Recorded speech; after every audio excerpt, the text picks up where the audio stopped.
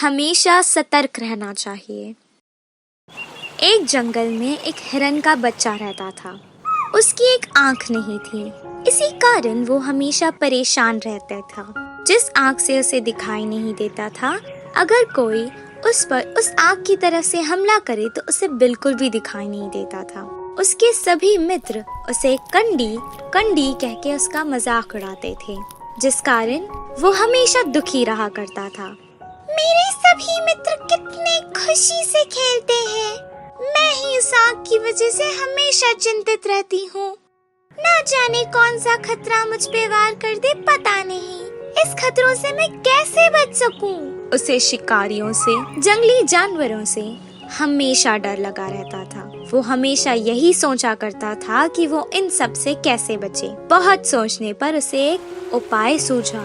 तालाब से तो मुझे कोई खतरा नहीं, तो मैं एक काम करती हूँ।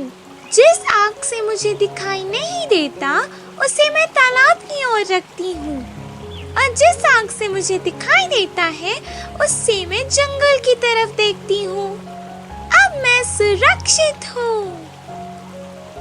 अब हर दिन जैसे उसने सोचा, वो बिल्कुल वैसे ही करने लगी और अपना जीवन चिंता मुक्त होकर बिताने लगा। पर एक दिन तालाब में एक शिकारी नाव में शिकार के लिए जंगल की ओर आ रहा था। तब उसकी नजर एक आंख वाले हिरन पर पड़ी। ओहो, बिना कुछ किए ही मुझे मेरा शिकार मिल गया। हा हा।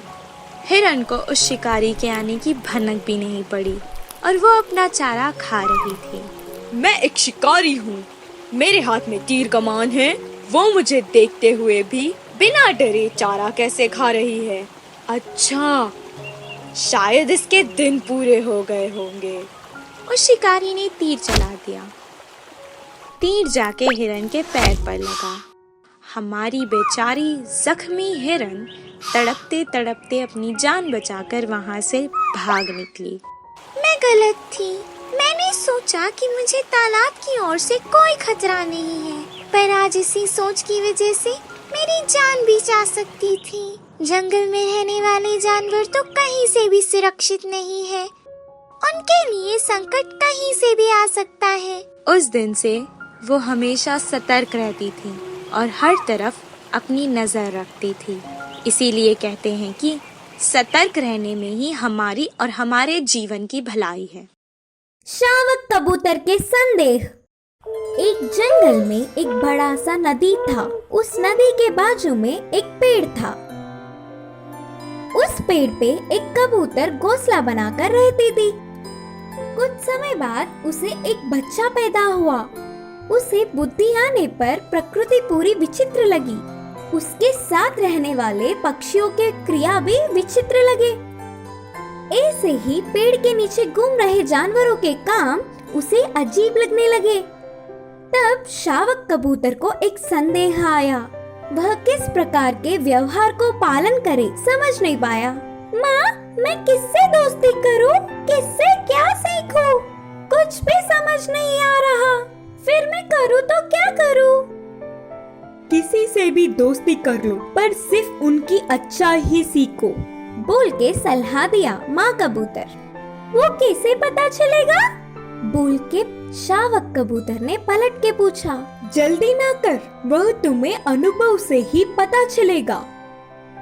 माँ की बात ना समझने पर भी उसने सिर हिलाया। अगले दिन ही छोटी कबूतर को पेड़ के नीचे चींटियां दिखे। उन्हें देख नीचे आकर कहा, ये क्या? तुम सब अपने आप जाने के बजाय सारे एकजुट होकर युद्ध की तरह क्यों जा रहे हो? करके संदेह से पूछा। वह हमारे चींटियों का नियम है। हम खाना लेकर एक के बाद एक जाके आते हैं और साथ ही टील भी तैयार करते हैं, बोल के कहा एक पुरुष चींटी। खाने के लिए घर जाने के लिए इतनी मेहनत क्यों करना? देखो तो तुम्हारा पागलपन लगता है, करके हंसकर फिर से पेड़ चढ़ गई। उसके बाद पेड़ के छाल को चुभती हुई आवाज सुनकर शावक कबूतर उस तरफ घुमा। एक पंछी पेड़ पे चढ़कर वही काम की तरह चुभती दिखी। हे, क्यों ऐसे तुम्हारी चोंच छुपा रहे हो? करके चिढ़ाते हुए कहा। पेड़ के चाल को चुपकर कीड़े खा रहा हूँ और साथ ही मेरे बच्चों के लिए खाना भी ले रही हूँ। उस पंछी ने कहा, खाने के लिए क्यों इतनी पीड़ा सहना? तुम्हारा काम तो बेकार लगता है। करके हंस पड़ी और उधर से निकल गई।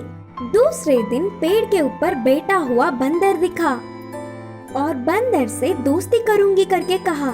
इससे बंदर ने कहा, तो तुम मेरे पीठ पर बैठ जाओ, तुम्हें मेरे कष्ट दिखाऊंगा। बोल के अपनी पीठ पर बिठा लिया और पास के एक गांव ले गया। उधर बच्चों के हाथों में केले और गुबालों को छीनकर उछल के पेड़ पर बैठ गया। देखो मेरे कारनामे, कितनी आसानी से बिना मेहनत किए खाना ढूंढ लिया। बोलते हुए कबूतर को केले दिए। आहा, अच्छा है, तुम कितनी समझदार हो। बोल के कबूतर खुश हुई। इतने में बंदर के काम देख बच्चे डर के रोने लगे। अब इधर रहना हमारे लिए अच्छा नहीं, चलो। बोल के शावक कबूतर को लेकर बंदर जल्दी से जंगल पहुंच गया। और कुछ दिन बीतने के बाद एक कौवा कबूतर के रहने वाले पेड़ पर आके बैठ गई। प्यारी सी शावक कबूतर को देख के कहा, अगर मुझसे दोस्ती करना है तो मेरे साथ आना पड़ेगा। करके शर्त रखा। शावक कबूतर मानकर कौवे के साथ चल पड़ा। कौवा उड़ता हुआ जाकर फसल पे उड़कर कुछ दाने खाते हुए और बहुत दाने जमीन पर गिराता रहा। वही किसान को देख पीछा करते हुए रुलाते हुए शरारत करने लगा।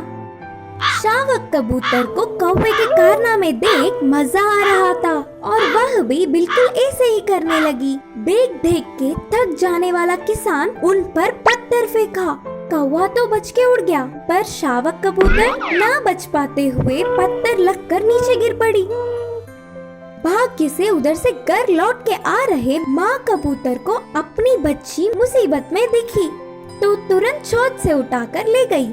लगे हुए गांव पर मलम करके बचा लिया। पूरी बात अपने बच्चे से जानने वाला कबूतर, अब तुम्हें इधर कुछ बातों को समझना होगा। सारे चींटियां मेहनत करने पर पंछी की तरह किसी को भी अपना आहार खुद कमाना होगा। बंदर की तरह गलत काम करने पर कोई भी बर्दाश्त नहीं करेंगे। मंद बुद्धि के व्यवहार से आखिर में फंस जाओगी। अब से किसी से भी दोस्ती करने पर उन्हें अपनी आदत बना लो। बुराई जानकर उससे दूर रहो। ये सत्य जानकर तुम्हारी जिंदगी आसान होगी। करके माँ कबूतर ने बच्चे को समझाया। उसके बाद से शावक कबूतर दूसरों से किसे सीखना है जानकर सावधान रहने लगी। इस कहानी की नीति है कि हमें किसी से भी दोस्ती करने पर अच्छा ही सीखनी चाहिए। चालाक लोमड़ी और मुर्गा। एक जंगल में एक लोमड़ी रहता था। वह भोजन के लिए बहुत जगहों में पूरा दिन घूमता रहा। उस चालाक लोमड़ी की बुद्धि जानने वाला कोई भी जानवर यह ध्यान रखता कि उसकी नजर उस पर ना पड़े। इससे वह लोमड़ी मांस खाए हुए 10 दिन के ऊपर ही हो गए। एक दिन वह लोमड़ी जंगल पार करके पास के एक गांव गई। भूख से तड़पती हुई कहीं भी कुछ ना कुछ खाने के लिए मिलेगा ही करके पूरा ढूंढने लगी। ऐसे पूरे गांव में घूमते हुए लोमड़ी को एक मुर्गे ने देखा। ये चालबाज लोमड़ी जंगल पार करके गांव में क्यों घुसी? उसकी नजर में आऊंगा तो मार के खा जाएगी। सोचकर जल्दी जाकर पास के पेड़ पर चढ़ गई। देर से ही सही मुर्गा को देख लोमड़ी पेड़ के पास आई। पेड़ के ढाल पर बैठा हुआ मुर्गा को देखते ही लोमड़ी की भूख दुगनी हो गई। किसी भी तरह उस मुर्गे को मार के अपनी भूख बुझाने के लिए एक चाल चली। धीरे से उस पेड़ के नीचे आकर, दोस्त, रेडियो में कल एक खबर सुना क्या? से सारे जानवर मिलजुल कर दोस्तों की तरह रहेंगे। अब डर कैसा? नीचे आ जाओ, हम दोनों दोस्तों की तरह मिल जाएंगे, मिलकर खेलेंगे। मीठी आवाज में कहा। उस चालबाज लोमड़ी की बातों में कितनी सच्चाई है करके मुर्गी को पता था।